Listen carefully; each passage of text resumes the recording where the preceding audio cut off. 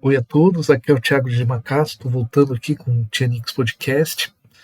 E antes de entrar no tema mesmo, gostaria de fazer alguns avisos. Aquela série que estava fazendo sobre Descartes la France, do François Zouvy, vou dar uma pausa, em algum outro momento retorno, porque estava dando um certo trabalho fazer, não estava... Em algum momento talvez a gente retorne. É sério, o livro é extremamente interessante, mas em outro momento a gente retorna a ele.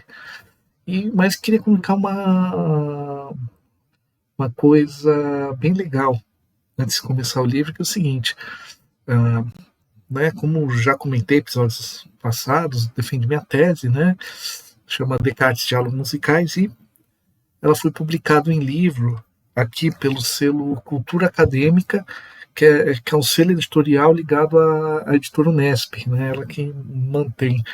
Na verdade, é uma editora que só publica obras acadêmicas mesmo, através de editais feitos pela Unesp, seja para professores, alunos da pós-graduação, né? Meu livro está ali disponível, que eu vou mostrar aqui para vocês. Primeiramente, aqui o site culturaacademica.com.br é muito legal, porque ele tem... Tá aqui meu livro, ó, ficou bonitão a capa, ó. Ele está disponível de forma gratuita em formato EPUB, em formato PDF. Para quem gosta de livros impressos, prefere, pode pedir impressão sob demanda, né? Mas você tem acesso gratuito a todo o conteúdo do livro através aqui do site Cultura Acadêmica. Ele pede para você um cadastro, né? Mas, porque eles precisam, inclusive, desses dados para poder mostrar que tem gente acessando e por aí vai, né? Mas o catálogo é muito legal, porque tem de tudo: administração, agronomia, arquitetura, artes, ciências biológicas. Tem inclusive um livro bem interessante sobre estatística, ciências sociais, ciências da informação, comunicação, direito, economia, educação, engenharia e tecnologia, estudos literários, design, filosofia, física, geografia, história, letras, linguística, literatura, matemática, medicina, música, política, química, ou seja, tem muita coisa. Tem muita coisa. Vale a pena ver, são todos trabalhos acadêmicos, seja de professores, seja de alunos da pós-graduação, e quando fala trabalhos de alunos, são teses de doutorado, eles publicam material de mestrado, são teses de doutorado, né? Então você vai estar com conhecimento muito atualizado, com acesso gratuito, ou em forma PDF, ou em forma EPUB, e alguns sobre impressão sob demanda. Só para mostrar aqui, ó, livro para... Bom, sou autor, né? Então... Para mim ficou bonitão. Bonitão aqui, ó. Olha que legal.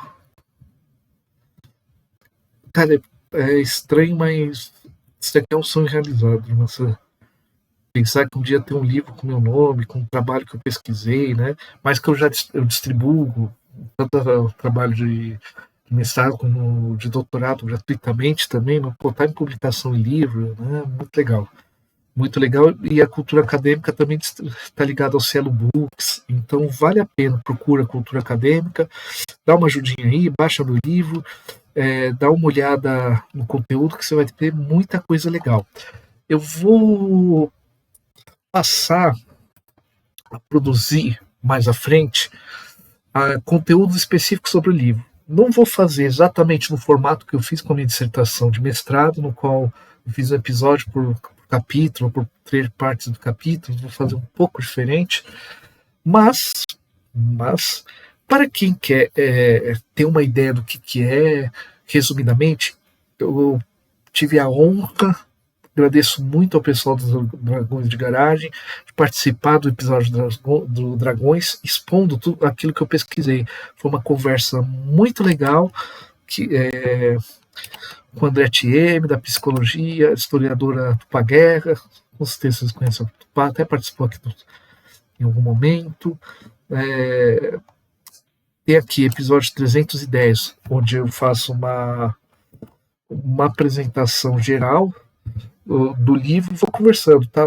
Como um episódio gostoso de ouvir, normalmente eu não gosto de ouvir coisas que eu participo, tenho dificuldade, inclusive, de ouvir aquilo que eu produzo aqui, né? Mas questões psicológicas à parte, ficou muito legal porque tem uma interação, tem pergunta e resposta, então vocês vão ter uma ideia de uma linguagem muito tranquila sobre a obra. E por isso que eu estou repensando a forma de apresentar esse conteúdo. Afinal, o doutorado foi feito através da Bolsa FAPESP, universidade pública, né? Nada mais justo que o livro sair também de uma forma pública e gratuita a todos. E quem gosta do formato impresso pode ir lá pedir uma impressão por demanda do valor, né? Tem lá no site o valor do livro, é tudo certinho. O mais importante é ser lido, né? Poder ser lido. Bom, e, eu diria que a experiência de conversar sobre o trabalho no Dragões de Garagem, uma linguagem muito leve, muito tranquila, também me fez refletir sobre talvez formas melhores de apresentar esses conteúdos na forma do podcast e na versão que fica também no YouTube, né? Podcast no sentido de podcast de áudio, no MesaCast e tal. Então, tá aí disponível o livro. Agora, hoje, o que a gente vai falar, você viu o título, Descartes, né? E a música coral renascentista, eu vou falar sobre um capítulo que eu publiquei no outro livro, que é esse aqui, ó. Mostrar para vocês. É o livro Os Filósofos e Seus Repertórios, pela editora UEMG, né? Universidade Estadual de Minas Gerais, e também está aqui na forma gratuita, aqui em forma de e-book.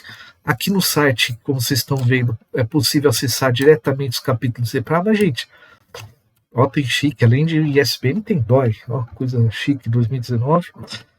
Comprei o livro inteiro, por quê? Vou mostrar aqui para vocês. O livro é uma série, Diálogos com Som, que é organizado pelo professor José Antônio Baeta Zilli, mas esse volume foi organizado também pelo professor Clóvis Salvado Contígio, que é o professor das faculdades jesuítas ali de Belo Horizonte, a FAGE, e ele deu um curso de extensão na universidade, onde convidou vários pesquisadores para dar aulas, foi muito legal participar, escrevendo ensaios sobre quais repertórios musicais os filósofos tinham acesso para refletir sobre música.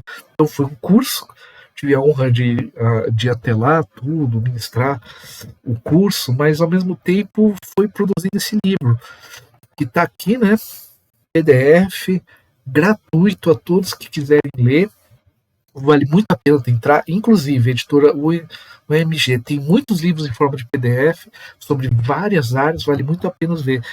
Muito a pena ler. Olha que legal. Santo Agostinho, canto ambrosiano. Então, Santo Agostinho é um cara que escreveu sobre música. Então, a professora Rita de Cássia Fulci Yamato faz um trabalho muito interessante de interpretação dessa questão e descreve aspectos do chamado canto ambrosiano. Tem um artigo de Descartes, a música coral científica, que eu falo daqui a pouco. Rousseau e a ópera francesa, ou sobre o conflito de racionalidades, do Raymond Rajobach, lá da Universidade Federal do Rio Grande do Sul, a URGS, né? A música clássica, do pesquisador Ricardo Miranda Nascimanowicz. Ricardo é um ótimo pesquisador, escreve muito bem. A professora Elizabeth Souza apresentou sobre Kierkegaard e música, ou La Cidade e la Mano. O professor Henri Bournet, Nietzsche e o drama wagneriano. O pesquisador Emanuele Ferrari, Gisele Brelet Wagner, o professor Clóvis, né, Contígio, Vladimir Jankelevich e a canção de Gabriel Fauré, uma especialista nessa temática de Jankelevich e música no Brasil, né.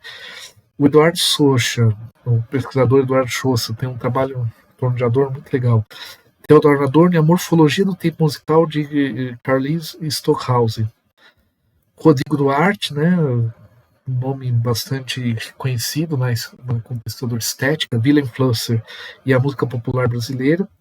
E o Daniel Martins Saez, La Idea de Ópera de Peter Kivy, El Caballo de Troia del Formalismo Musical.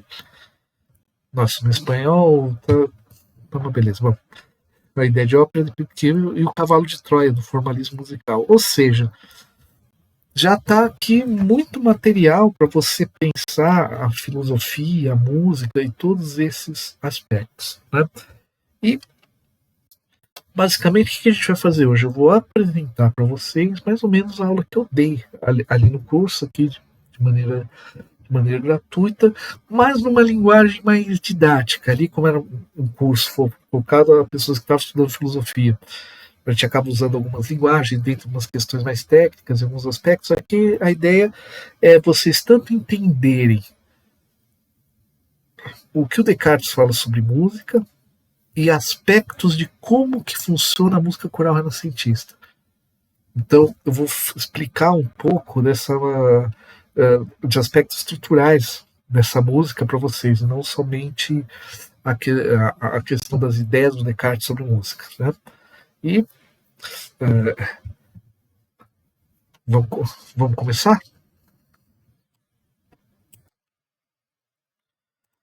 Vamos lá, Descartes é a música coral renascentista. Né? Então, vamos ver, vamos começar. Vamos começar aqui com a nossa conversa. Introdução. O primeiro aspecto que é importante pensar aqui eu não vou falar muito enquanto dando conselhos para quem quer pesquisar academicamente essa relação entre filosofia e música, tudo. Mas vamos pensar o seguinte: quanto leitores de filosofia, quanto pessoas que se divertem lendo filosofia, que se divertem, que têm o prazer de ouvir música, independente da música, é importante pensar o seguinte: mesmo quando o autor escreve sobre música, em alguma medida, isso surge de uma experiência com a música, ou seja, ele ouviu, aquilo se envolveu, gostou, não gostou, e isso levou ele a pensar e a refletir. Por mais que nem sempre falar sobre música é só falar sobre música, eu posso falar sobre política, sobre cosmologia, sobre outros aspectos, eu posso fazer uma análise mais técnica da composição musical, da interpretação, posso fazer uma análise mais da minha experiência enquanto alguém que escuta música com ela, mas nenhuma reflexão ela vai surgir a esmo. Nenhuma reflexão sobre música vai surgir a esmo. E daí que conhecer um pouco o repertório musical da época que o autor escreveu é interessante para algumas coisas. Veja, não é equivocado, como alguém que gosta de ler sobre filosofia e música, ao ler a descrição que o filósofo faz sobre música, da experiência dele e tudo mais, você sentir, nossa, isso de uma certa forma descreve a minha experiência pessoal, se aproxima da minha experiência com a música. Ou então o contrário, nossa, não é assim que eu compreendo música, isso é muito legal. Claro, se você vai fazer uma pesquisa, aí você tem que tomar um cuidado ao trazer aquilo que o filósofo falou naquele seu contexto com uma música que talvez não teria acesso. É possível fazer isso de uma maneira, com um certo rigor, mas tem que ser uma maneira cuidadosa e compreendendo que você está partindo daquilo que o autor escreveu para você, com um ponto de partida, a sua reflexão sobre outro repertório. Aí não é o autor com o repertório, é você partindo do autor lidando com aquele repertório. São coisas diferentes, né? Ao mesmo tempo, vou mergulhar no repertório, escutando, entendendo o contexto musical, quais debates que haviam, quais questões que a música se deparava, como aquela peça musical, aquela música específica, aquele estilo, digamos assim, que questões ele colocava para a sociedade da época, tudo isso te permite compreender melhor o texto do filósofo. Não somente no que ele fala sobre música, mas por que ele fala sobre música, porque você começa a se aproximar com essa experiência dele, tendo em mente que você nunca vai fazer totalmente.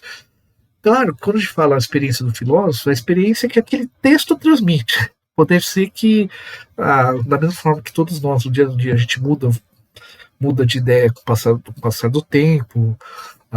Tem dias que a gente tem uma experiência X, tem dias que a gente cansa do repertório. Isso é comum, né? Mas a gente está partindo do texto. Então, do que aquele texto em específico nos transmite sobre música. Beleza? Estou trabalhando com texto. Então, a gente não vai tentar fazer um salto, um certo psicologismo, tentar adivinhar, ou não. O que o texto do autor apresenta sobre música, como você sobre o repertório. Né? Entendendo. Para isso, a gente pode seguir alguma. Isso é uma recomendação metodológica. Primeiro, uma boa compreensão do texto. Eu falei leitura estrutural, entender como que os argumentos se encadeiam, por que ele parte de por que ele parte de um ponto e chega ao outro, quais são as premissas internas do texto, entender. A apreciação e análise do repertório musical da época. Em alguns casos, há filósofos que citam compositores específicos, aí é mais fácil. Há casos que a citação é mais implícita, você consegue ver nas entrelinhas, conhecendo um pouco a história da música, tudo, né? Mas é possível, e essa é um pouco aquilo que meu ensaio busca trabalhar, é possível, mesmo que o autor não cite nominalmente, a partir das descrições que ele fala sobre música, a gente verificar que repertório que ele poderia ter tido acesso, que casam positivamente com essas descrições ou são negadas através dessa descrição que ele faz. A minha proposta metodológica nesse caso foi exatamente essa. O texto não tem situação direta, até cita um teórico, tal, bom, a gente vai ver isso. E entender um pouco os conceitos. Qual que era o conceito de música vigente? Isso é importante. O que é música? Né? É uma pergunta muito ampla. Agora, quando a gente vê um autor falando sobre música, é interessante ver como que esse conceito de música estava posto na época. Nem sempre música é só a música que a gente produz, depende da época. A gente já vai ver isso. A relação entre a produção musical e os costumes, as discussões estéticas ou técnicas da época. Tem manuais de história da música, tem manuais de estética musical que te ajudam a orientar esse período. E, claro, se você for pesquisar, ele dá bibliografia específica sobre o tema. Para quem ama música e ama filosofia, esse mergulho vai ser sempre interessante.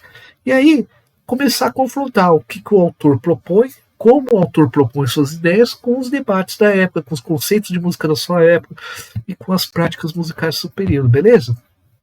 Então vamos lá.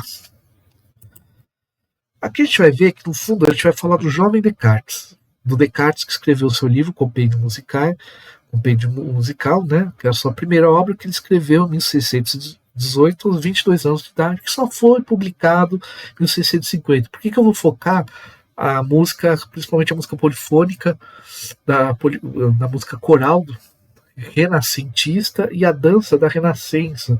Por mais que ele seja o cara do século XVII, ele nasceu no finalzinho do século XVI, 1598, 96 mais ou menos. Seu livro de juventude, eu tinha 22 anos, o repertório que ele teve experiência, esse repertório mais antigo. Daria para colocar ele em relação a outros repertórios ao longo da sua vida? Daria, mas não foi isso que eu fiz um pouco nesse artigo. Pretendo fazer isso futuramente? Sim.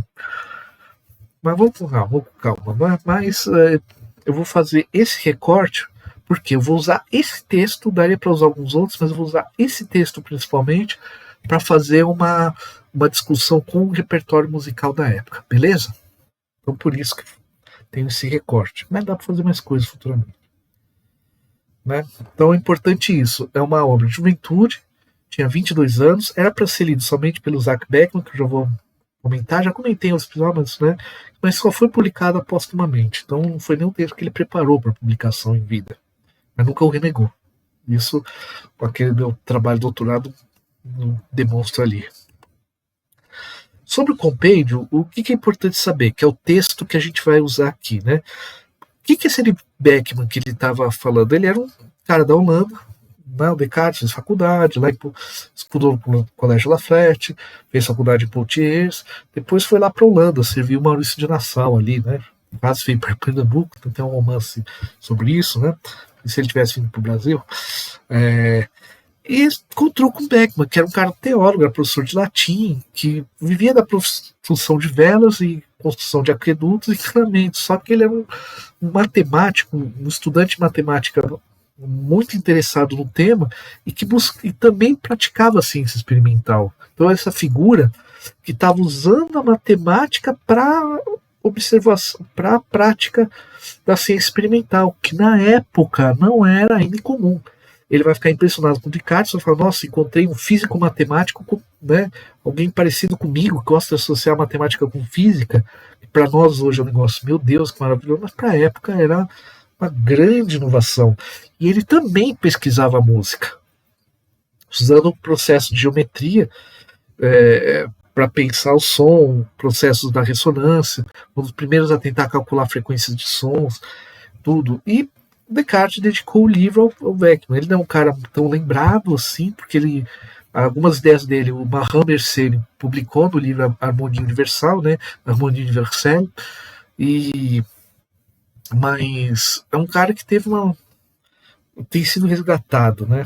Principalmente quando século XX, mas vamos continuar aqui, né? Não vamos aprofundar aqui no Beckmann. Quais são as características? Primeiro, assim, ele usa uma metodologia muito parecida ao que ele vai fazer futuramente. Isso eu já comentei em outros episódios, não vou adentrar aqui muito, o nome como regras para a dissertação do espírito, tudo, né? O discurso do método, meditações metafísicas, as paixões da alma, isso mais para frente eu vou abordar, né?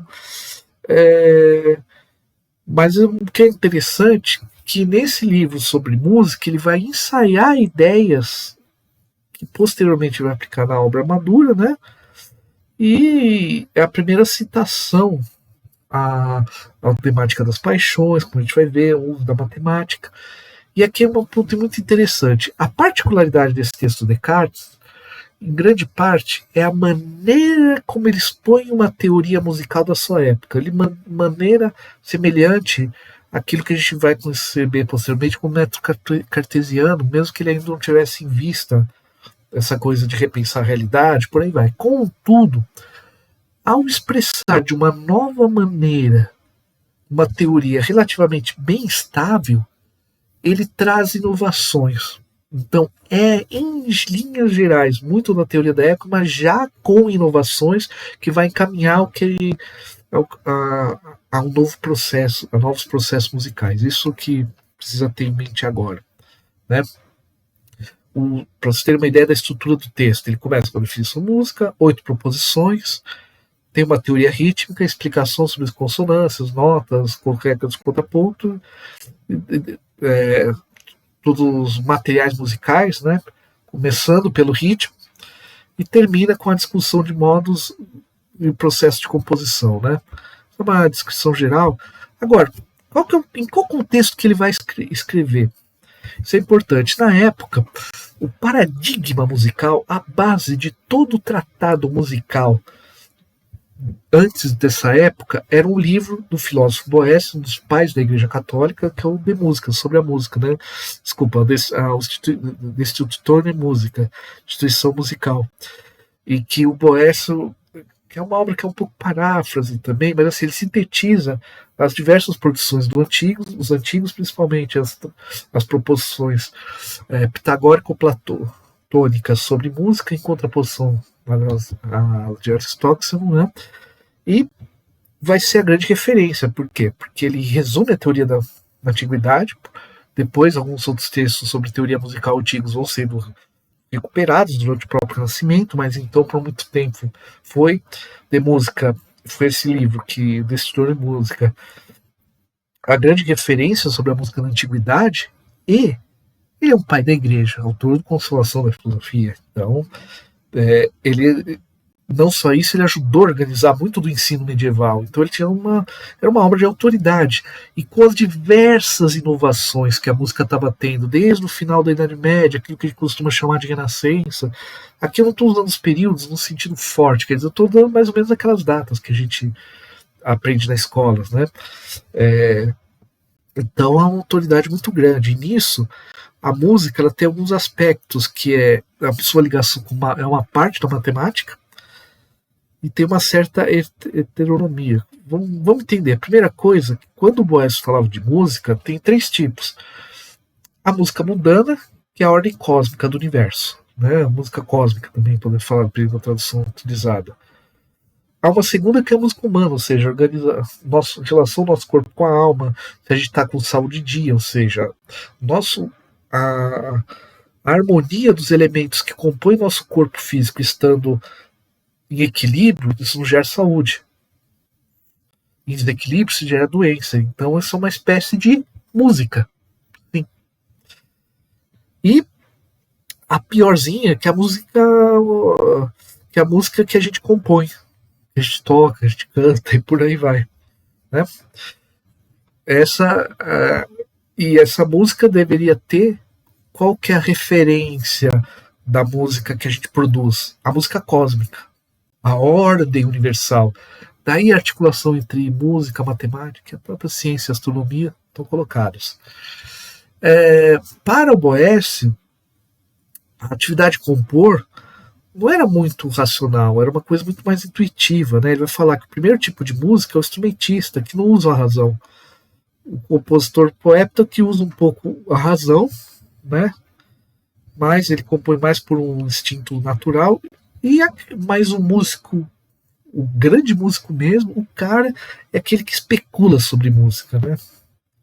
Então você tinha essa visão. Você tem 3 tipos de música: a cósmica, a humana e aquilo que a gente produz. Então a gente vai ter 3 tipos de música: o instrumentista, o compositor e aquele que analisa a música. Esse é o grande conhecedor sobre música, o teórico. Né? Só que no Renascimento vai ter muitas práticas diferentes. Quando Boécio escreveu, da mesma forma que Agostinho escreveu, você tinha um canto gregoriano, que era uma única melodia cantada por todas as vozes, como se fosse um grande luau, né, digamos assim. Nesse período não há exatamente uma autonomia musical. O que significa? A música, ela não existe por si mesma. A música está sempre relacionada a alguma outra coisa, como algum evento, algum rito religioso, alguma prática de corte, alguma festa popular. A música não é uma música em si, como quando a gente pensa, por exemplo, a música de concerto, chamada música clássica, do final do século XVIII, começo do XIX, Mozart, Beethoven, onde a música ela tem um discurso, ela tem uma autonomia, ela tem uma estrutura própria, uma experiência somente musical. Não. Aqui a música sempre vai estar ligada a alguma coisa. Na música profana, aquela música do povo, profana porque ele está fora da igreja, existe a música eclesiástica, que está ligada aos ritos, às práticas das igrejas, e a música profana, que é a música do povo, da música do corte, a música do povo em geral, sempre está ligada a algum rito, alguma prática, alguma festa, alguma coisa. Ou seja, não há autonomia musical. Da mesma forma, não há ainda o conceito de obra musical como a gente conhece hoje. Então a gente pensa, não, Dona de Beethoven, a música de Beethoven, onde Beethoven inovou, mostrou a sua personalidade musical. Posteriormente, o que chama o período clássico da música, isso vai ser, principalmente no romantismo também, já no final do barroco, os compositores vão buscar essa personalidade musical. Eu vou buscar cada vez mais que a música seja uma expressão de mim mesmo, digamos assim. Que no romantismo isso vai... Nessa época, Descartes, no Renascimento musical, mesmo no comecinho do Barroco, não. Claro que os compositores têm a sua personalidade, que acaba aparecendo a maneira como ele escreve, a maneira como ele tende a conduzir as vozes, por aí vai. Contudo, isso não era o grande objetivo. Então, por isso que, por exemplo, era muito comum, por exemplo, eu pegar uma melodia popular que todo mundo já conhece e compor em cima dela outras coisas. Para quê? Porque a brincadeira para quem estava ouvindo é de já conhecer aquilo e ver o que o compositor, o que o instrumentista, o que o cantor está brincando com a música. Isso não era considerado plágio. Uma grande homenagem que você faria a um compositor que você gostasse era fazer uma versão sua da música dele, por exemplo. Então não tinha essa questão de ser uma nova obra, de compor uma nova obra que jamais foi escutada no mundo, que traz grandes inovações. Isso vai ser depois. Esse ideal vai ser posterior. Mas, como eu falei, aqui a música eclesiástica está ligada às práticas da igreja. Na época de Descartes começa a grande teorização musical, também vai para a música profana, que é a música que é produzida para as festas, para as cortes, né, e outras funções do dia. Tudo bem? Então, esse caldo vai continuar. E tem um contexto muito interessante que tem uma discussão pesada, tem uma discussão muito interessante entre 2 linhas que a gente representa. Uma pelo Johannes Tinctoris, que ele falava o seguinte: olha, os antigos não tem autoridade para falar sobre música de hoje. A gente está inovando, a gente está inventando um monte de técnicas novas de compor e tudo mais. Então, o que os antigos escreveram são músicas da sua época. Se eles gostavam ou não tal procedimento, não interessa. Se a gente usar e fazer e gostar, tá ótimo. E ele propunha uma aproximação com a música, pensar a música de maneira empírica, ou seja, testando.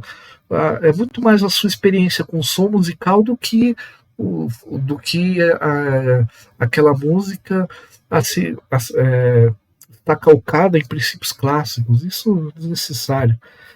E para ele, é a própria música que move os afetos e não o texto. Ou seja, eu fazia uma peça, seja uma canção profana de amor, seja uma missa religiosa, o que fazia você sentir coisas com a música era a própria estrutura musical, a própria estrutura contrapontística. Contraponto são várias melodias diferentes ao mesmo tempo, organizadas de uma maneira que eu percebo que elas são diferentes, mas eu percebo uma certa unidade. Né? Então, para ele, o que move os afetos no 20 não é o texto, é a música em si. Enquanto que um cara como Henrique Sglariano, ele também é um precursor da discussão dos afetos em música, só que para ele, o que prevalece? É a estrutura musical? Não. É o texto, é as palavras que movem os afetos. A música ajuda no processo, mas o foco é o texto.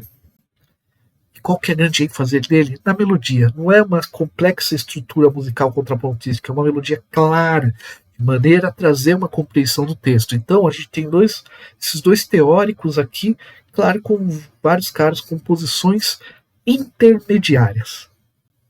Beleza? Tranquilos?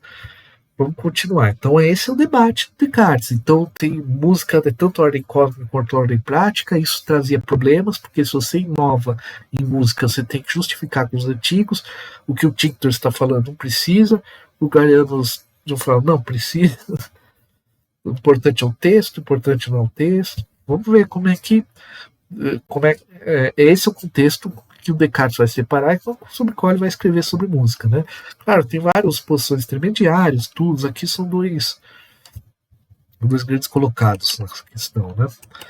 Vamos entender agora um pouquinho a formação que o Descartes teve para escrever sobre música, né? Já abordei outros episódios, mas vamos lá.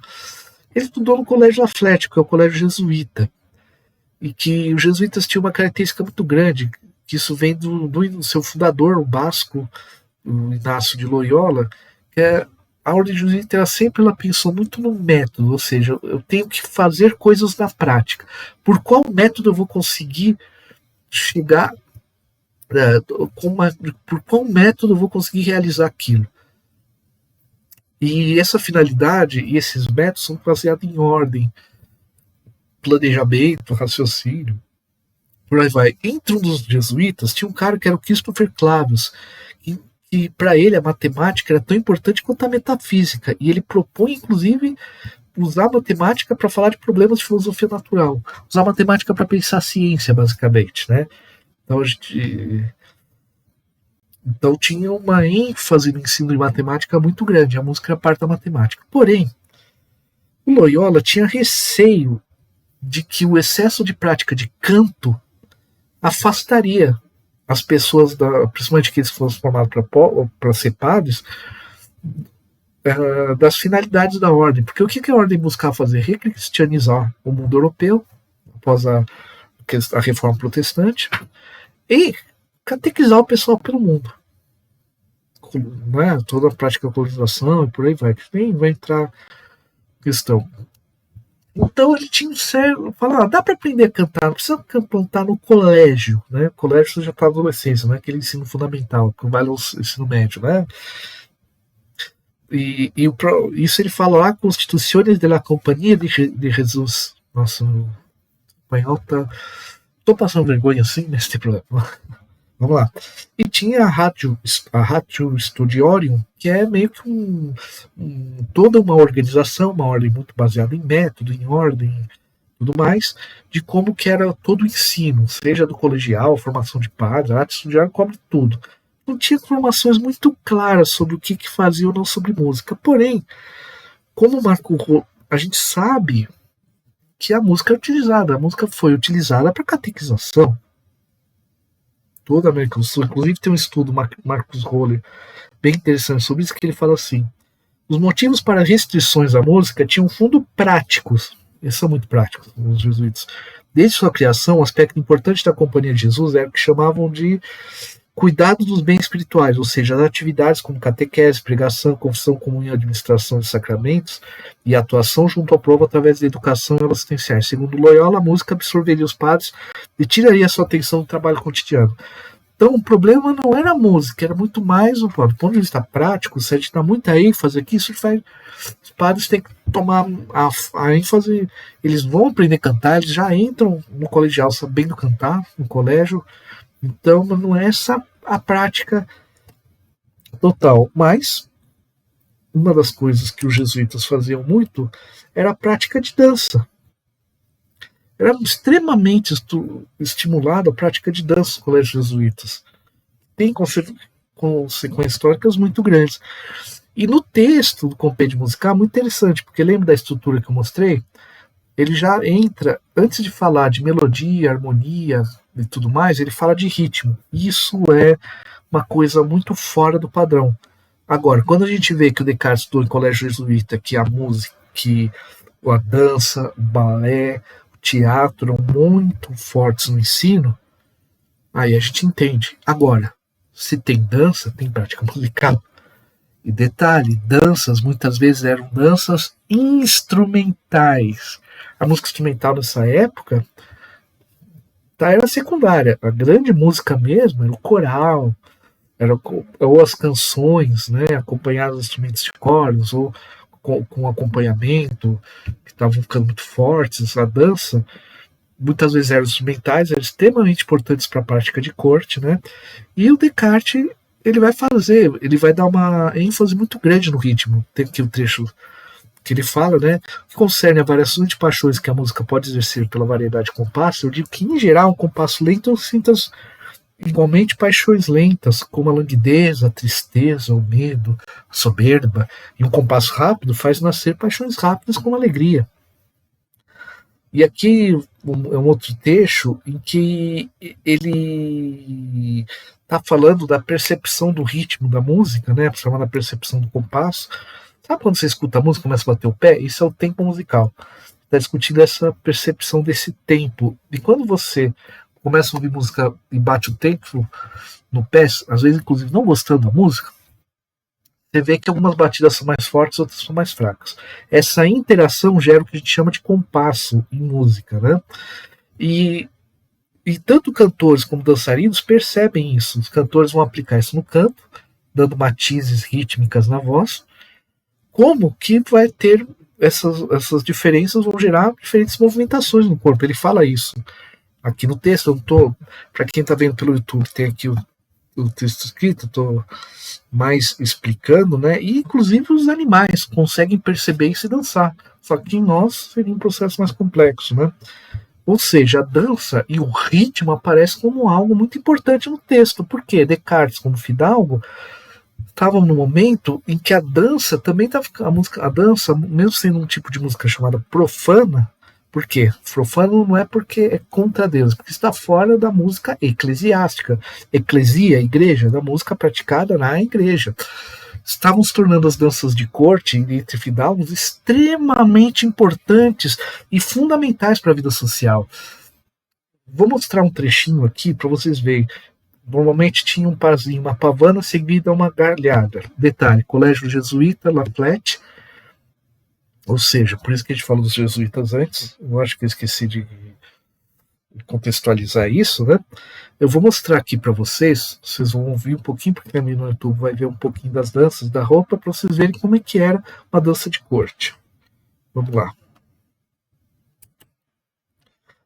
Tem um outro trecho aqui. Ao longo das cartas, ele vai continuar sempre usando a dança como exemplo, né? Mas vamos entender como que era a dança como exemplo.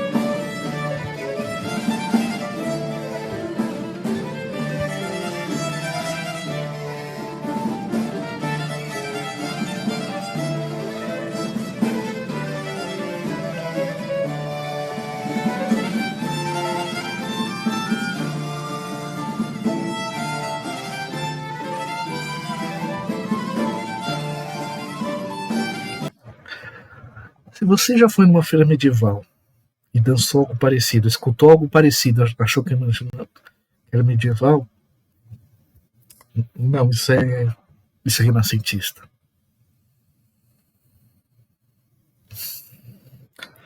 O heavy metal te enganou. Uma brincadeira à parte, muito do nosso imaginário sobre a Idade Média vem do Renascimento. O nosso imaginário musical também vem do Renascimento. Mas vamos ver mais um pouquinho, escutar mais um pouquinho aqui dessa pavana e dessa galharda.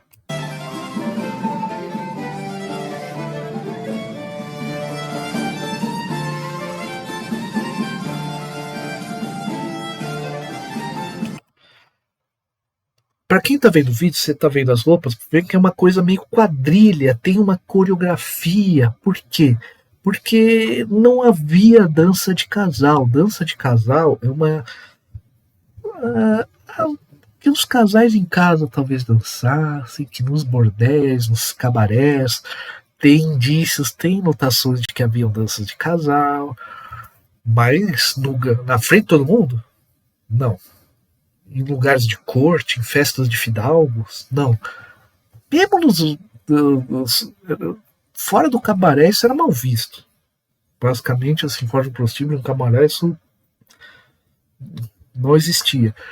E por que era importante o fidalgo, um nobre, saber dançar? Porque quando eu chego num lugar que eu não conheço ninguém, eu escuto a música, começo a dançar com as pessoas ali como uma quadrilha, né?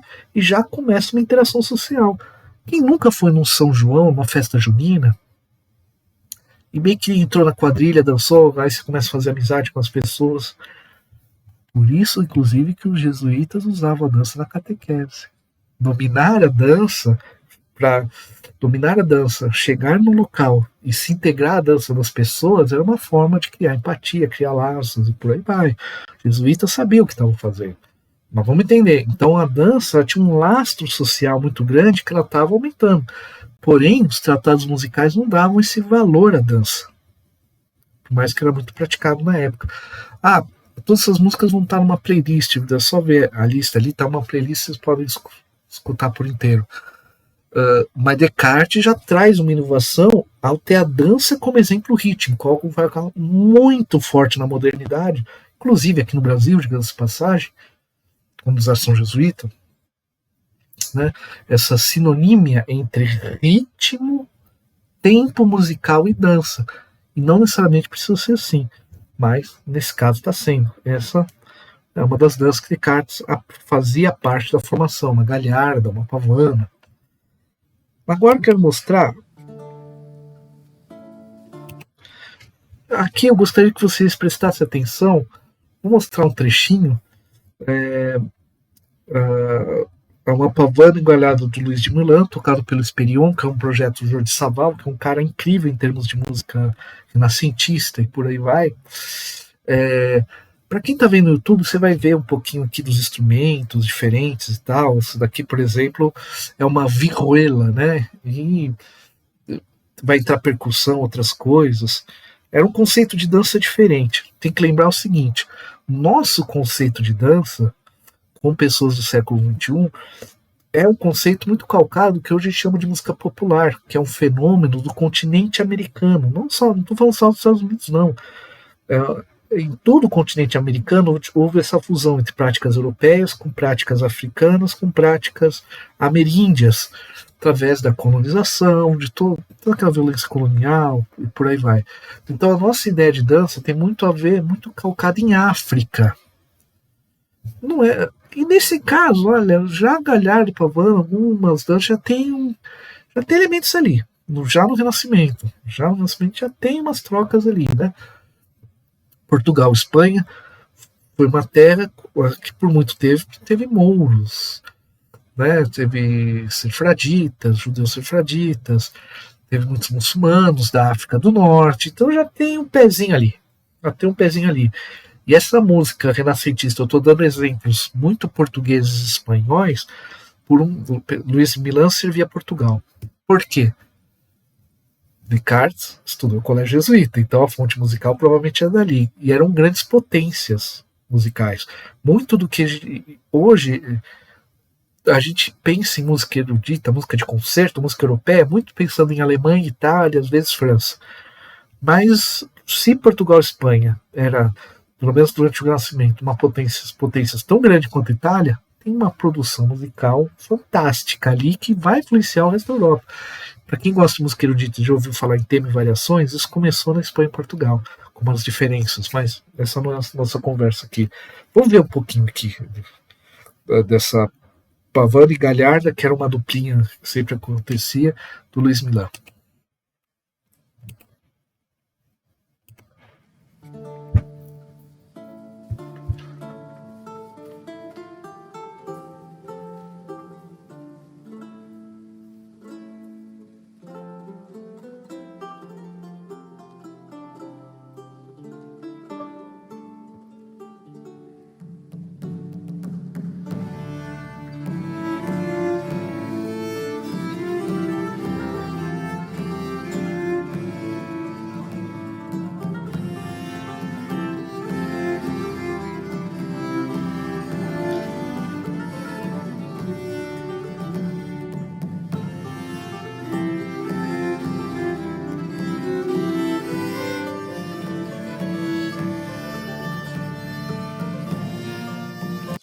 Essa é a parte da Pavano. Vou pular para Galharda, depois podem escutar a playlist inteira.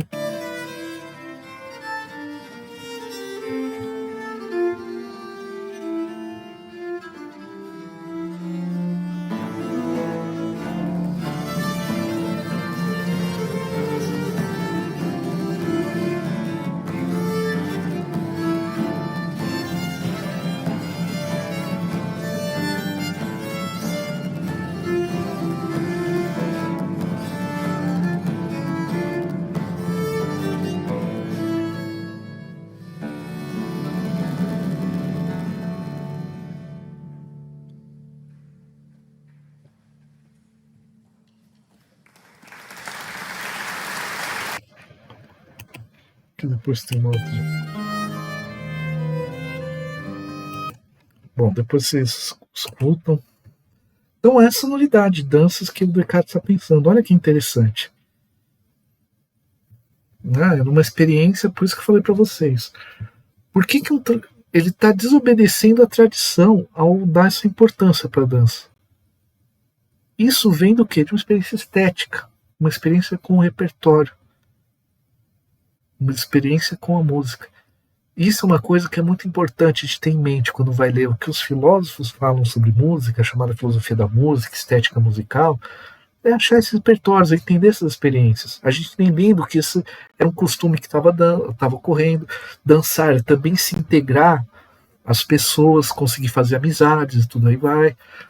Você nunca pensou que Descartes gostaria de dança, né? E ele fala em várias cartas sobre dança. Não era só o cara que ficava pensando, não gostava de dançar também. Não é o que é uma outra forma de dança, tudo, mas já dá para imaginar uma série de questões aí, né? E a rítmica, para ele, essa estrutura dançante geram afetos, geram emoções, né? E isso já dá um impulso para a música instrumental muito grande, que vai ficando cada vez mais forte com o desenvolvimento das cortes e por aí vai. Bom, agora falar mais um pouquinho aqui do texto, para a gente ir, né, para outro tipo de repertório. Ele começa falando que, né, seu objeto é o som, seu fim é deleitar e mover em nós paixões diversas, né? Deleitar ou agradar. Agradar talvez fique melhor. Olha só, Descartes já está. Ele não claramente fala estou contra Boécio, mas ele faz uma definição de música que não abrange as três espécies musicais de Boécio. Dá para afirmar que ele está indo contra? Não, porque não é o que está escrito. Ele está falando, não concordo que exista música cósmica, pode até ouvir, de uma certa maneira, dá para dizer que ainda existe assim uma certa relação entre um todo e a parte, por aí vai. Mas não, ele já está tratando música como uma música produzida por nós. Para começo a finalizar, existem duas propriedades principais do som: as diferenças de razões de duração ou tempos e as razões de alturas relativas ao grave e agudo, ou seja, o tempo musical, as questões rítmicas, tudo vai, e as notas musicais, como que você vai organizar elas em contrapontos em harmonias e por aí vai. Beleza? Né? Ele não vai falar muito do timbre, por aí vai. Bom, e fala aqui um pouco da voz urbana que nos parece mais agradável, né? Mais conforme aos nossos espíritos do que outros sons. E na época, a grande ênfase ainda é sobre a música vocal. Diferente, por exemplo, do final do século XIX, na música instrumental, principalmente no território germânico, vai ser prioridade? Não, que é música vocal, o grande foco é música vocal. Por isso que até surpreende ele citar dança. Né? Ele já fala, está mais próximo a nós, que não tô. E quais que eram os aspectos técnicos para a gente começar a entender que repertórios que ele vai gostar? Será que vai ficar mais lá do Tinctores, ou seja, do cara que defende a música como a estrutura dos afetos? Será que ele vai ficar mais do lado do texto? Ou será que ele vai achar uma posição intermediária? Primeiro, quando ele falar de composição musical, ele vai falar aqui de polifonia a 4 vozes. Ou seja, múltiplas 4 melodias diferentes, por isso polifonia, 4 diferentes melodias em conjunto. Isso é técnica do coral. Mesmo música instrumental era composta dessa forma, mas isso é basicamente a ideia dos corais que a gente vai ouvir daqui a pouquinho. Só que ele faz uma crítica. Lembra, qual que é a finalidade da música? Mover afetos.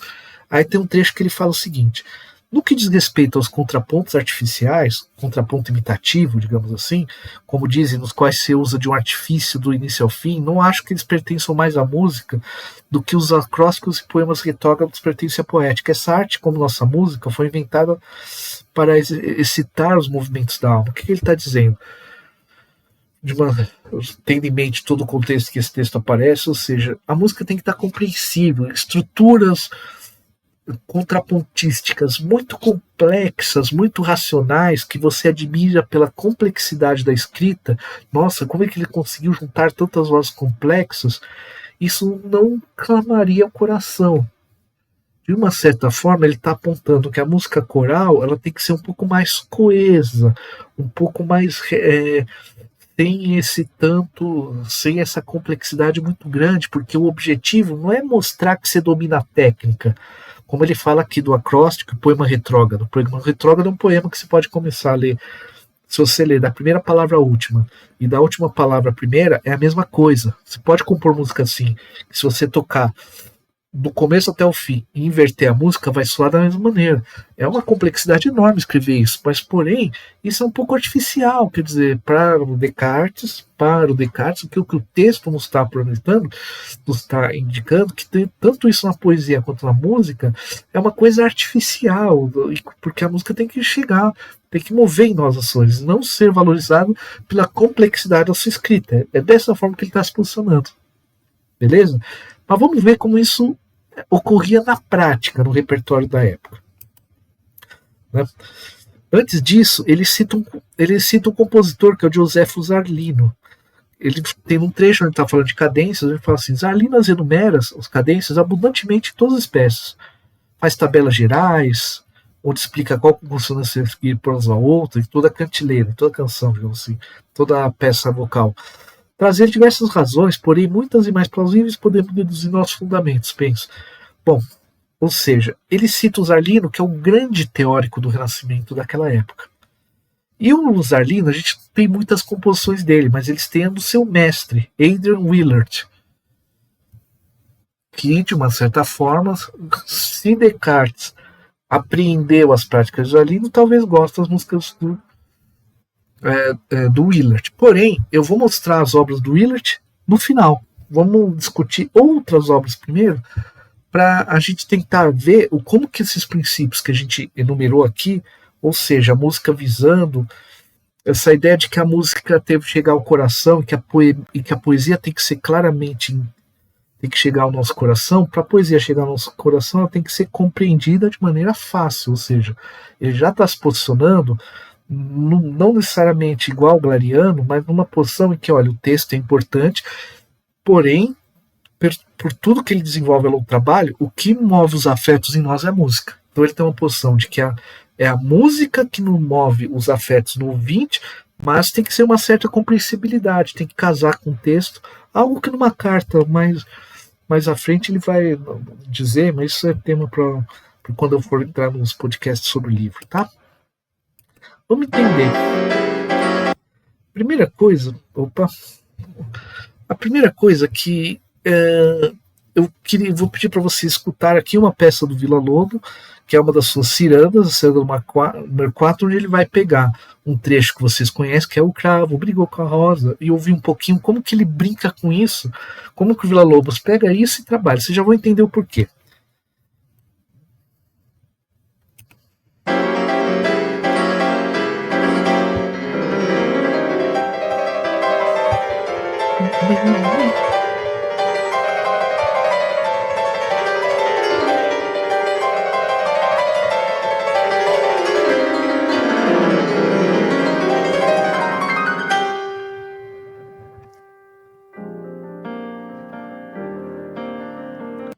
Bom, vou parar por aqui. O Roberto Sidon é muito bom, essa interpretação é bem interessante. Olha que legal. Por que eu dei esse exemplo? Me permitam ser anacrônico aqui um pouco. Quando vocês escutam isso daqui, você lembra do tema O Cravo, brigou com a rosa. Você vê que o Villa-Lobos está brincando com isso e produzindo uma coisa nova. Então, a nossa experiência ao ouvir essas cirandas do Villa-Lobos é uma experiência de ter um elemento reconhecível, o cravo brigou com a rosa, de ter elementos que estão no campo mais conhecido, mas ele trabalha isso de uma maneira muito própria e diferente, como se levasse esse tema para outra coisa. Ele pegasse isso e brincasse com o tema. Isso ocorria muito na prática da composição renascentista. Você pegar uma canção, não é exatamente uma melodia mais popular, uma melodia profana, comum, que as pessoas conhecem, e usar elas como base, sem citar a letra, para compor uma missa eclesiástica, uma missa tocada numa igreja católica, por exemplo. Ou seja, eu estou partindo de uma melodia que as pessoas já conhecem para fazer uma outra coisa. Do profano, muito interessante isso, do profano ao eclesiástico, né? Interessante essa movimentação. Você pode pensar em várias coisas a partir daí. Vou dar um exemplo aqui. Tem um tema famoso que a gente vai escutar, que era o L'Homme Armé, né? Que é que vou ler a letra para vocês. É uma peça, é uma canção, música, é muito música de taverna, vocês vão ver. O homem armado, o homem armado será temido, em todos os lugares já foi proclamado que todo homem deverá se armar com a armadura de ferro. Coisa bem, né? Vamos escutar?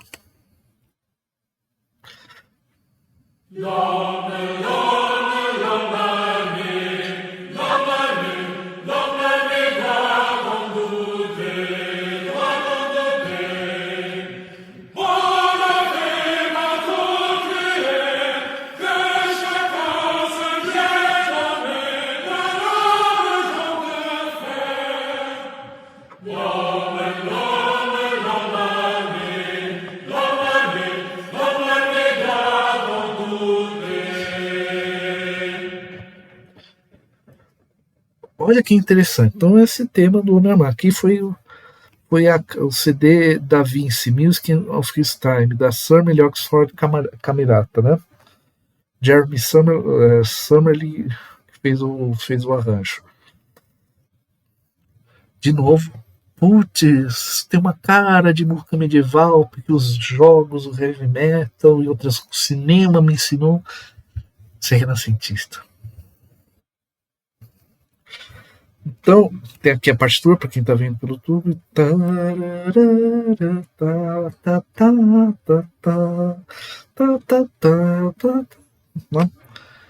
Tem essa estrutura. A partir disso, os compositores vão pegar essa ideia e desenvolver outras obras em cima dela. Vamos ver um exemplo? Só para explicar antes de entrar, a missa renascentista é formada por um CRI, Senhor tenha pedido a nós, creio, glória a Deus nas alturas, um credo, creio em Deus só, Sancto, Santo, Agnus Dei, Cordeiro de Deus. Essas letras, digamos assim, das missas em latim, eram pré-fixadas. Aí cada compositor pegava isso e trabalhava. Então usava como base, a gente vai ver algumas missas baseadas no tema do homem armado, né? Curiosamente, é curioso isso, pegar uma música que fala de uma postura altamente militar, né? Casa talvez herdando um pouco aquele ideal cavaleiresco do passado e trazendo para um contexto religioso. Isso é posterior às cruzadas, lembrando. Cruzadas já foram. Vamos ver aqui.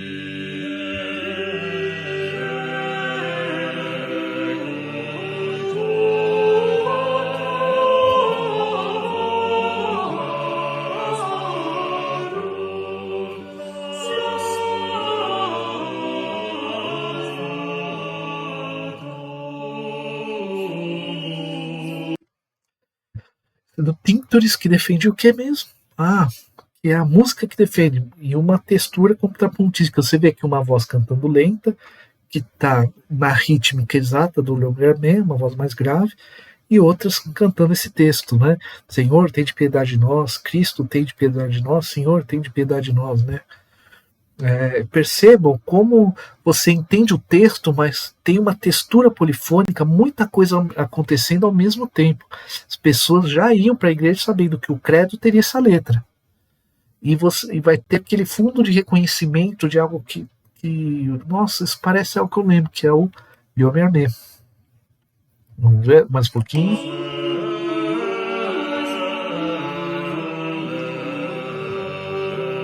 Você vê que o texto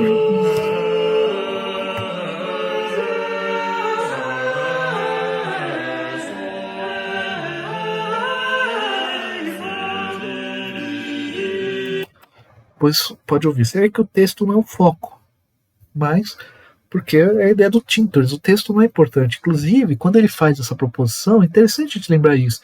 As pessoas conheciam o texto do credo, do creio, né? Do creio. Então, se eu tenho o mesmo texto em músicas diferentes, o que está movendo a cena talvez seja a música. Essa é a ideia do Tintores, né? Que talvez Descartes concorde no que tange que para esse texto, que é a estrutura contrapontística que move os afetos. Ele se posiciona desse lado, a estrutura, só que para ele, com uma certa, pelo que ele fala no texto, que ele tem que chegar no coração, tem que ter uma certa intersecção entre texto e música também. Então, assim.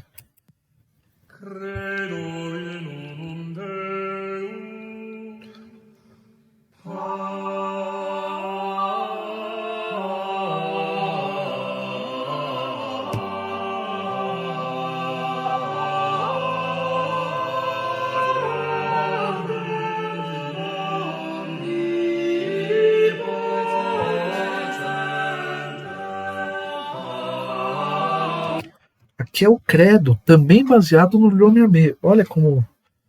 Em algum fundo você percebe, quando vê a partitura, você percebe o tema do Le Mermet com mais clareza, mas o que é importante? São vários momentos da missa. Aqui o texto foi, né? Acabou. O que vai tocar o coração mesmo é, digamos assim, se tocar, é a estrutura musical dessas várias vozes caminhando, a compreensão do texto, acabou. Lembrando que as pessoas conheciam o texto também, né? E é um pouco essa.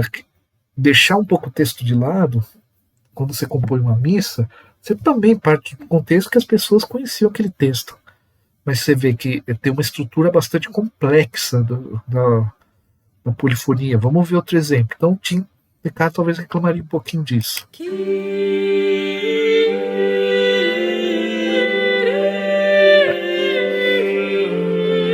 Aqui vocês vão ver quando entra o tema do Le Mermet.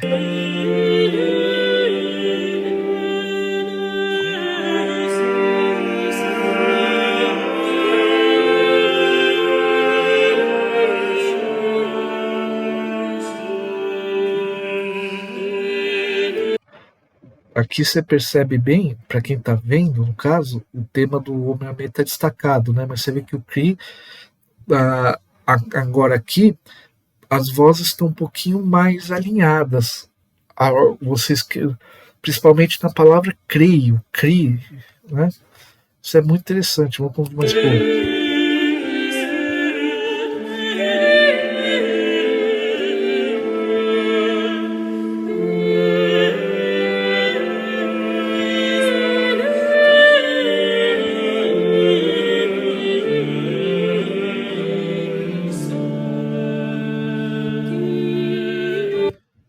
aqui, olha que interessante, aqui você percebe o texto mais claro e tudo se encontrou na sílaba som. Então tem uma estrutura contrapontística. Para quem viu na tela, viu o momento que começa a citação ao Lomerman, uma voz aqui intermediária, mas os textos estão todos se encontrando de uma certa maneira. Tem momentos em que a coisa fica mais embaralhada, mas há momentos em que se juntam tudo. O som ficou muito claro, numa voz só. Depois, para a playlist, pode escutar inteira, né? Aqui já foi do Josquin o Josquin Després, né? Uma missa. Foi do Josquin Després, uma missa também baseada no Le Mermet.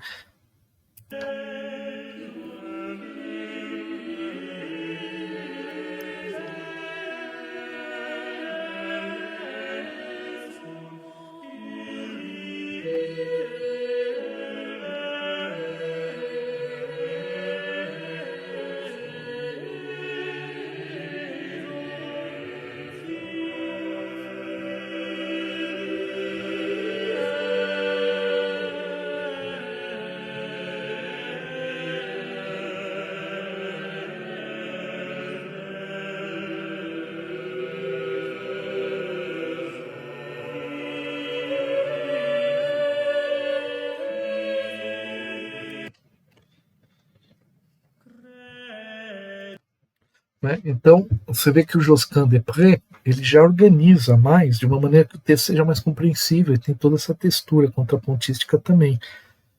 Pessoas conheciam o texto, mas você começa a perceber, né? Essa movimentação, você ouvindo o Cris, você vê que ele é bem lento, porque é uma música eclesiástica, né? Vamos ouvir um pouquinho agora do credo da mesma missa, também baseada no Lomermet.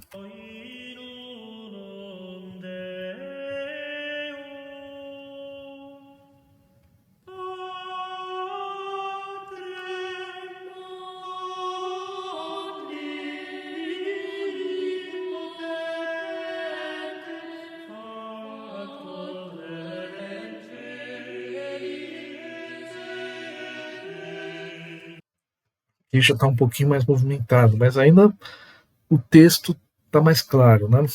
Tudo bem?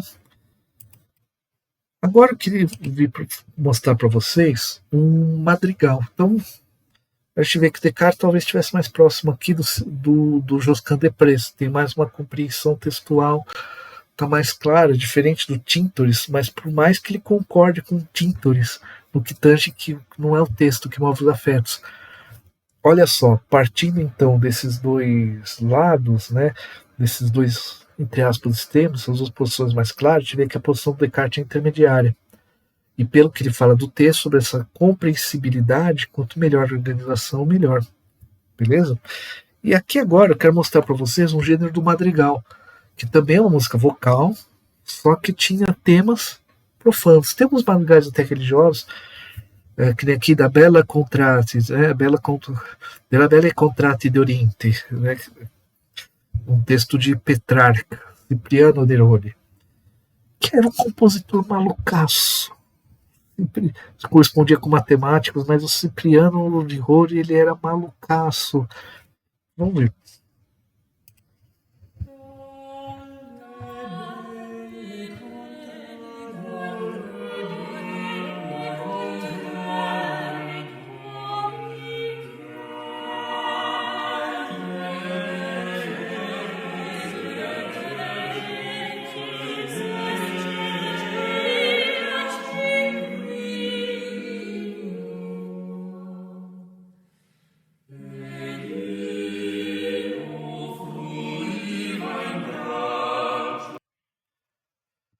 Para nós hoje, lembra tem muitas relações com uma composição polifônica, então vai remeter também ao que se fazia na música das eclesias, né, das eclésias. Mas quando eu digo que ele é experimental, porque quando você lê a partitura, ele usa muito cromatismo, para nós soa muito claro, mas para a época ele era um cara que ia meio de vanguarda, assim, ele era um cara meio assustador, com tanto cromatismos que ele usava. Aí e você vê que é muita coisa. As pessoas que ouviam conheciam o texto do Petrarca, provavelmente, público que ele compõe, né? O Madrigal era um público mais culto, tá? Assim, gente, quando compositores escreviam, registravam partituras, porque trabalhavam para a corte, tinham condições de registrar, né? Mas você vê que é um tema amoroso, né? Já não é mais uma música puramente religiosa, digamos assim. Ah, aqui eu queria mostrar para vocês um Clément Janican, é, que é o Canto dos Pássaros, né? Les Chants des Oiseaux. Isso você vai ouvir muito bem o que é um cânone. O que é um cânone? Você começa uma voz, começa a cantar, de repente aparece outra voz imitando a primeira, que é aquilo que Descartes criticou, mas aqui o Janican vai fazer isso para imitar sons de pássaros. Vamos escutar um pouquinho para vocês terem uma ideia do que era essa prática.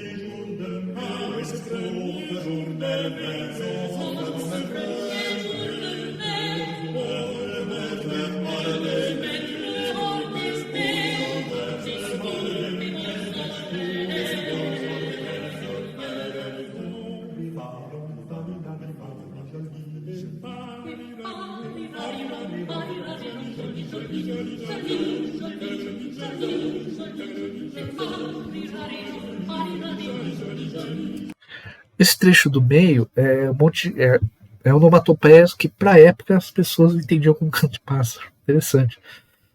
Olha que legal. É uma estrutura. Aquele trecho de Descartes que ele criticou de contraponto imitativo, basicamente isso aqui, em certa medida. Mas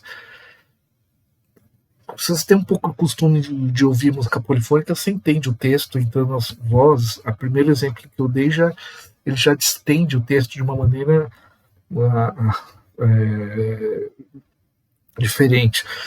Tanto a música, o Madrigal Cipriani de Errores, você vê que ele tem um andamento um pouco mais rápido, em termos da fala do texto. A fala do texto é um pouco mais rápida. Até porque a música da Eclesia, da música da igreja, visava uma experiência de transcendência e por aí vai, né? Mas vocês ouviram onomatopeias descrevendo som de pássaro. Para nós parece farariron, parece som de pássaro para nós, mas os nossos sons, as nossas imitações de pássaro, provavelmente no futuro vão ver, né, o que é isso, né? Os nossos bem TV, né? Mas é uma prática que você vê que Descartes provavelmente criticaria por excesso do uso do contraponto imitativo. Mas, curiosamente, quando chega a parte de pássaros, faz bastante sentido ele usa essa regra do contraponto imitativo para organizar a música, mas quando a gente escuta pássaros cantando, tem essa coisa, às vezes parece que cada um está um pouco fora, mas tudo se encontra, né? Interessante. Inclusive tem uma tradição da música francesa de compositores buscando imitar pássaro, que vai aqui do Janecan até o Messiaen, no século XX, é bem interessante. Agora, vamos ouvir aqui uma Odolce Vita Mia. Odolce Vita Mia, Tiago Fato, né? É outra música de amor, tal, do Willard, que é o professor Zarlino, que é o teórico citado por Descartes, que é um dos grandes nomes. Para quem é da área da música, é o cara que propôs o termo contraponto do sujeito. Desculpa, sujeito do contraponto. A gente fala isso até hoje por causa do Joseph Zarlino, que estudou com Adrian Willard. Vamos escutar o Willard? Opa.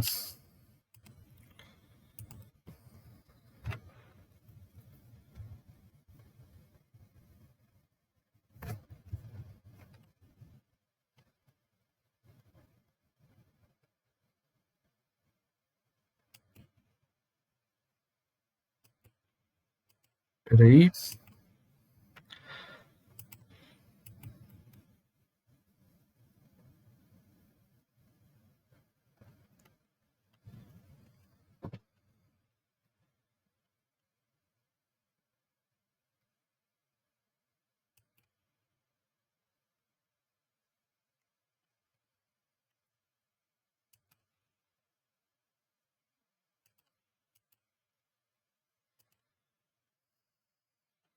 Um momento, já volto.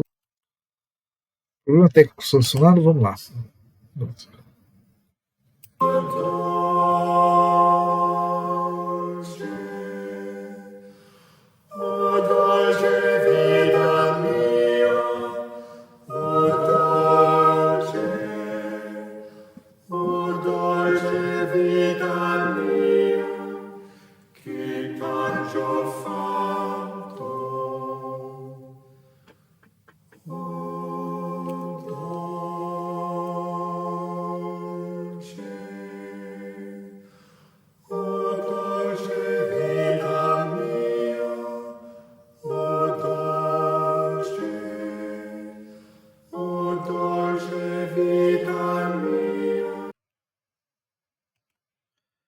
Então aqui vocês perceberam que a compreensão do texto aqui é muito clara. Tem uma estrutura contrapontística a quatro vozes, já nos parece mais com um tipo de música coral que a gente está mais acostumado, com menos informação contraponto, e né, que parece da base aquilo da compreensibilidade, ser mais clara que o Descartes escreve.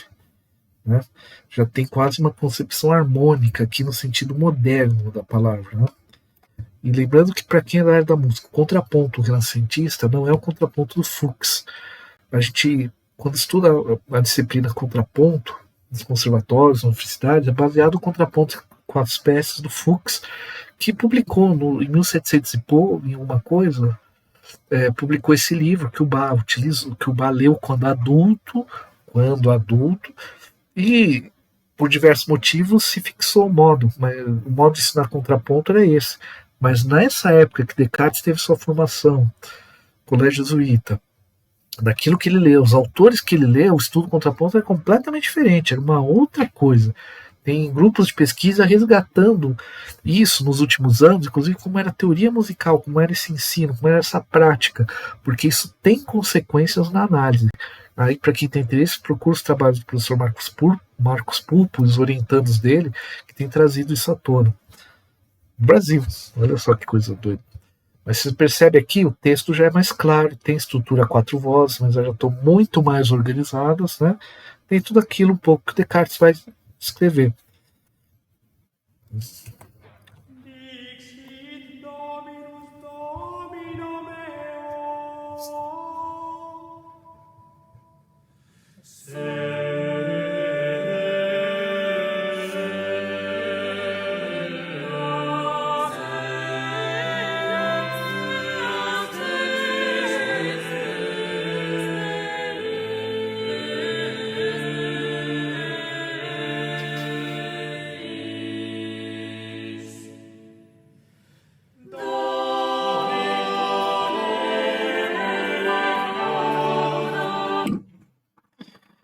Aqui é uma outra peça do Willard. Aqui é uma peça mais eclesiástica, né? E que tem essas estruturas, esse melisma era muito utilizado ali, essa questão de você espalhar uma sílaba por diversas notas musicais, mas ficava claro. Mas tem ainda uma certa clareza de texto, uma organização e partes muito bem definidas. Né? Bom, o que a gente pode concluir?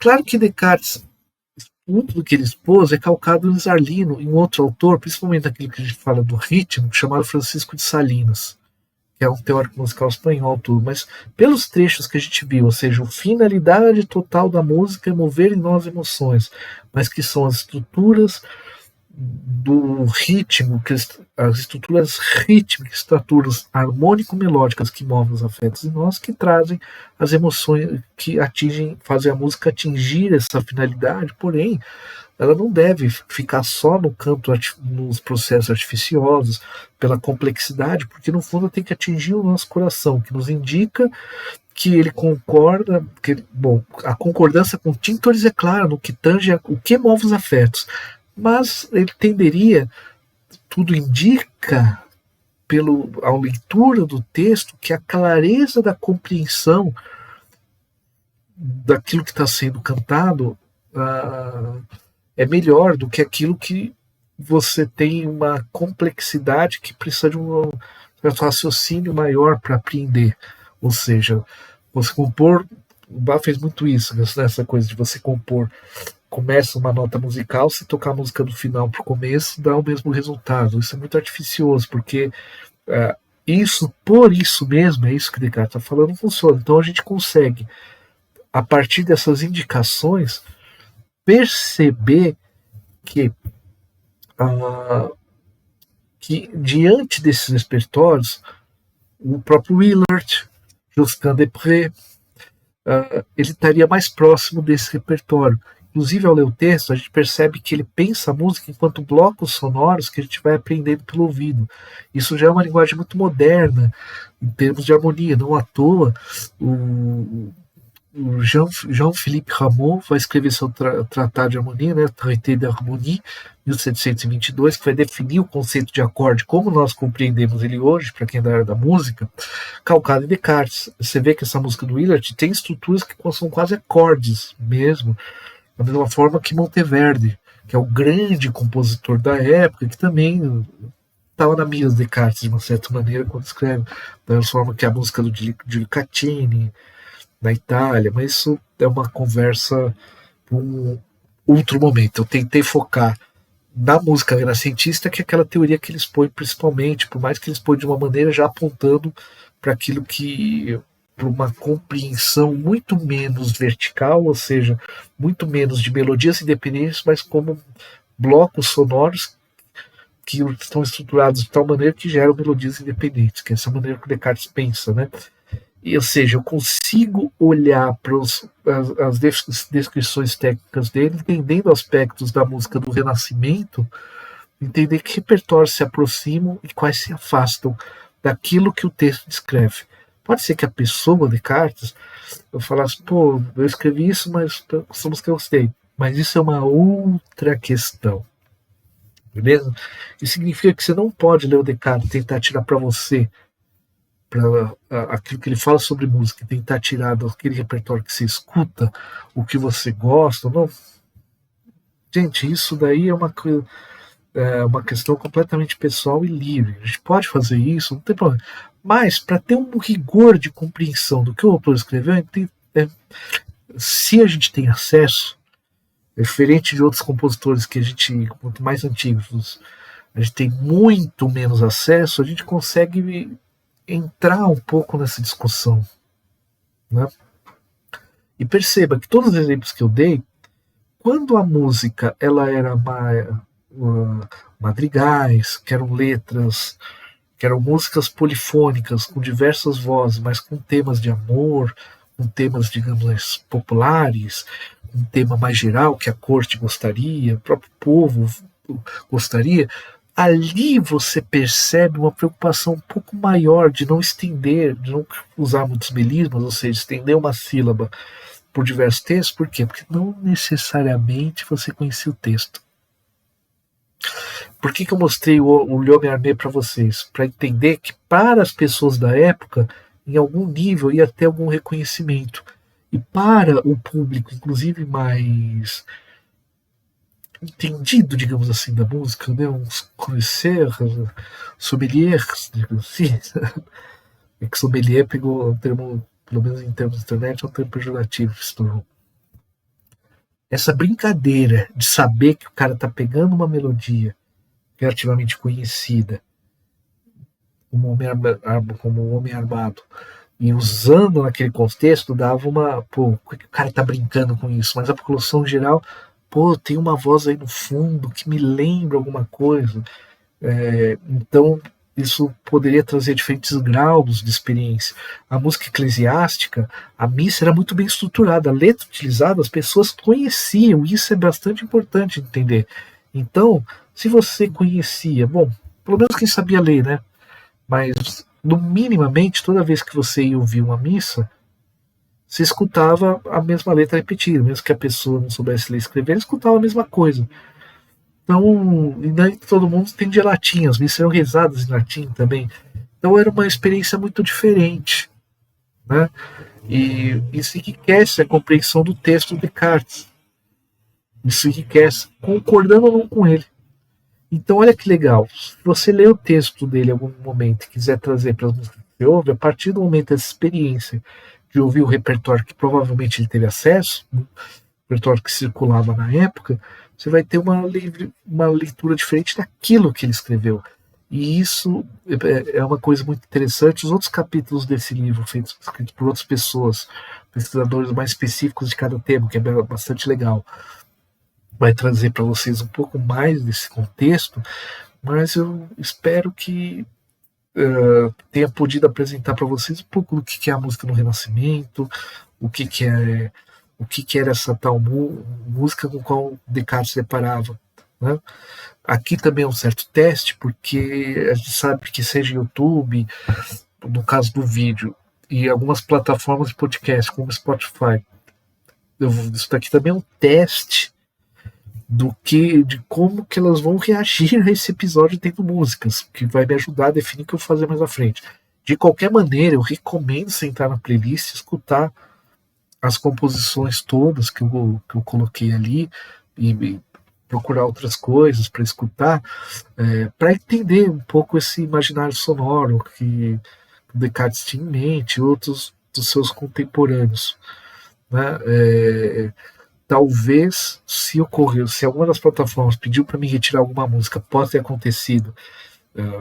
Simplesmente eu vou pular, vou ter que tirar, vai pular a voz, mas você escuta a playlist que vai estar tudo ali, tudo bem? Agradeço a sua paciência de escutar aqui e mande comentários, seja no YouTube, seja nas redes sociais. Gostaram dessa abordagem? Não. Não é exatamente dessa forma que eu escrevi no texto, mas eu tentei, dentro do possível, ser didático em relação a esse repertório que é tão desconhecido, inclusive para o público que gosta da música erudita. O repertório renascentista é bastante desconhecido, mas quem gosta tempo procura Jordi Savall. Os instrumentos de época, como vocês vão escutar aqui um pouco na parte das danças, tudo bem? Muito obrigado pela atenção, os links estão ali. Baixem o e-book, até para dar uma ajudinha. É legal a editora ver que o pessoal também tem, isso é importante, isso me ajuda, inclusive as editoras terem interesse nessa temática de música e filosofia, porque hoje é difícil, viu? Da mesma forma que as redes sociais parecem gostar muito de quem discute sobre música, as editoras não têm publicado muita coisa, nem só sobre música, já tem sido mais difícil. Quando articula com filosofia, então, dá uma baixada e dá uma olhada, tanto do MG, do Cultura Acadêmica, tem muita coisa lá, muita coisa legal. Bom, no caso da Cultura Acadêmica, tudo tem acesso ali, talvez uma outra sessão não, mas a maioria tá lá o PDF gratuito, no meu livro, no caso, tá ali, PDF gratuito, a maioria, eu acho que eu só vi um que não estava bem assim, mas tá tudo de graça, e para quem, claro, preferir, gostar do livro, presta opção por demanda. E do MG o MG tem muita coisa também, tem muitos. Esse livro faz parte de uma série que chama Diálogos com Som, para quem é da música vai gostar, mas tem livros de todas as áreas do conhecimento, muita coisa gratuita. Gente, livros gratuitos acadêmicos feitos por pesquisadores, então vale muito a pena dar uma olhada. E sério, se você puder pegar, baixar, ajuda bastante. E mande aí suas sugestões. Inclusive, se eu não fui muito didático, se não deu para entender muito bem o que é a música renascentista, porque uma coisa é você fazer isso em sala de aula, olhando olho no olho, outra coisa é fazer isso numa transmissão online para um tipo de repertório que a gente não está acostumado no dia a dia. Muito obrigado, tudo de bom.